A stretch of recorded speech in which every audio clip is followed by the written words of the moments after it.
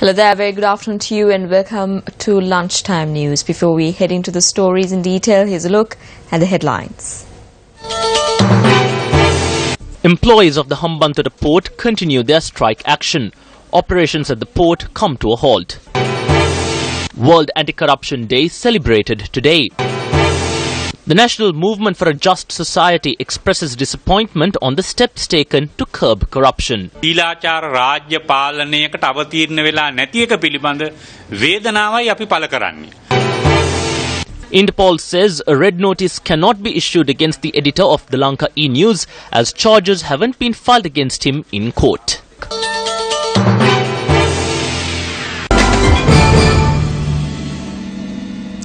On to your lead story this afternoon, the Satyagraha campaign, which was launched by the employees of the Hambantota Magam Ruhunupura port yesterday, is still ongoing. The Satyagraha is being launched, blocking the Hambantota Magam Ruhunupura port entrance. The Satyagraha campaign was launched yesterday as the authorities had failed to respond to the demonstrators' appeal made on the 7th of this month through peaceful demonstrations calling on the port authority to recruit them. Operations at the Hambantota harbour were hampered as a result.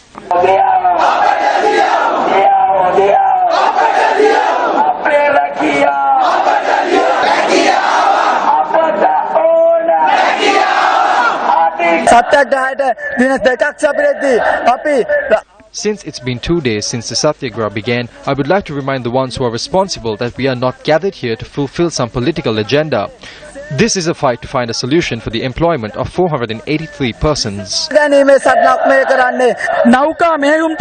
Shipping operations have been hampered. This would serve as a great threat to the country.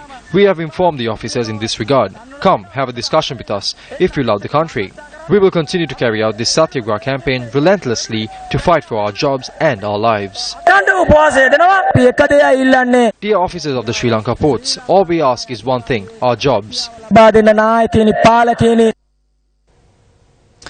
Views were also expressed in Parliament today with regard to the protest staged by employees of the Hambantota port. The activities of the Hambantota port, which is like a lifeline to our country, has been hampered for several days due to a protest. Hambantota has come to a complete standstill.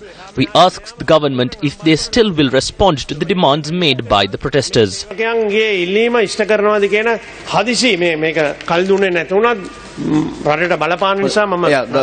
The Prime Minister and the President during their visit to China had leased out 15,000 acres of land temporarily and have taken measures to open around 400 to 500 factories within Hambantota.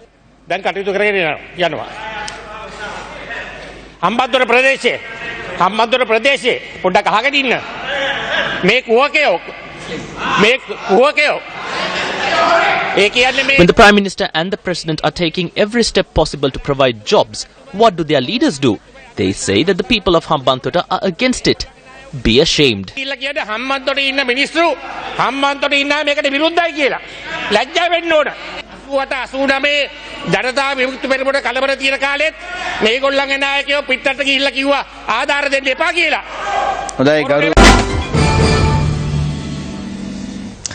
On to one of your headline-making stories now. The International Anti-Corruption Day is marked today. The International Day is being marked under the theme United Against Corruption for Development, Peace and Security. Issuing a statement, the Executive Director of the United Nations Office on Drugs and Crime on International Anti-Corruption Day said that since the G20 had estimated that $90 trillion in infrastructure investment is required between 2015 and 2030 to support global growth and development, corruption's destructive impact should not be ignored. The Executive Director of the UNODC also said that change cannot come without the active engagement of the private sector to create a zero-tolerance culture, especially in supply chains. He also added that policies should promote private sector competition and fees for services should be reasonable and affordable.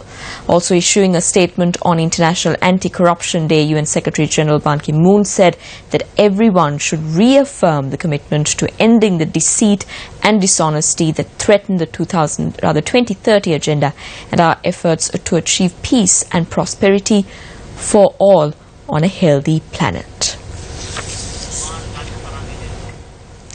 Still in local news, the National Movement for a Just Society charges that the current government is following the corrupt practices of the previous government when dealing with large-scale development projects. දැන් cabinet අනුමැතියක් ලබාගෙන තියෙනවා කියන එක අපිත් විස්මයටපත් වෙච්ච කාරණාවක්. කලින් පොරොන්දුවක් දුන්නා නම් රාජපක්ෂවරු tender They have obtained cabinet approval for several things which we are surprised of. When coming into power, this government promised that it would deviate from the practices of the Rajapaksa regime that awarded contracts without a proper tender procedure. They have been unable to do any of this. The port is simply one example. We are not unhappy or sad that we got involved in defeating Mahinda Rajapaksa. However, it is saddening to see that the government that we brought into power is not taking to create a civilized and democratic system of governance. We are doing our best to get this government onto the right track. අපි උත්සාහ කරන්නේ මේ ආණ්ඩුව පුළුවන් තරම් හොඳ පීල්ලට දාගන්න. Representatives of the Sri Lanka Communist Party met with President Maithripala Sirisena yesterday. During the meeting, the President and the Communist Party members discussed the current political status of the country as well as future political activities. The President also recalled the long-standing ties between the Sri Lanka Freedom Party and the Communist Party. A group including the leader of the Communist Party, Dugunasekara, and the General Secretary of the UPFA, Minister Mahinda Amaravira, were present for the meeting. And also on to another one of our headline-making stories. The Criminal Investigations Department informed court that Interpol says a red notice cannot be issued against Lanka E-News editor Sandharuwan Senadira as charges haven't been filed in court. The CID further informed court that it had been informed by Interpol that sufficient provisions were not available to issue an international warrant against Senadira. Gampaha Acting Magistrate Chandrika Jayadevi Amarasinghe postponed the hearing of the case until the 7th of April 2017. The foundation stone for a water project was laid in the number 4 village in Thabbowa Putlam as part of the Gamad the Savia movement.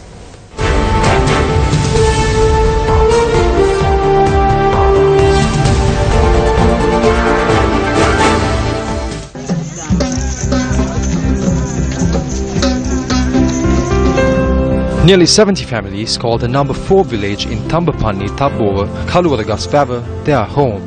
For a number of years, the only source of water that these people had were holes dug in various locations. As a result, many residents of this village suffer from kidney ailments. Construction work on the new water project commenced today at the auspicious time of 10:18 a.m. A large crowd including Newsfirst Director Roshan Vatabala, DIG Attorney S.B. Ratnayaka and Divisional Secretary of the Kaluwadagasvava, Janaka Tushara, were present at the ceremony. As a result of the Gamad the Savia movement, the people of this village will be blessed with clean drinking water in the near future.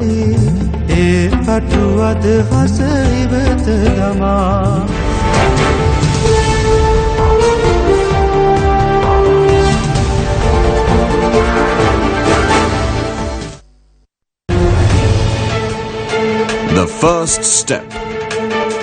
සුබ නත්තලක් වේවා. இனிய நத்தார் வாழ்த்துகள். Merry Christmas. The first step. A united Sri Lanka. A brighter tomorrow. Well, on that high note, we are heading into the end of lunchtime news. Remember, if you want to find out and if you're interested to find out what's happening around you, visit us on www.newsfirst.lk. I'm Stephanie Lazarus. Have yourself a great day ahead.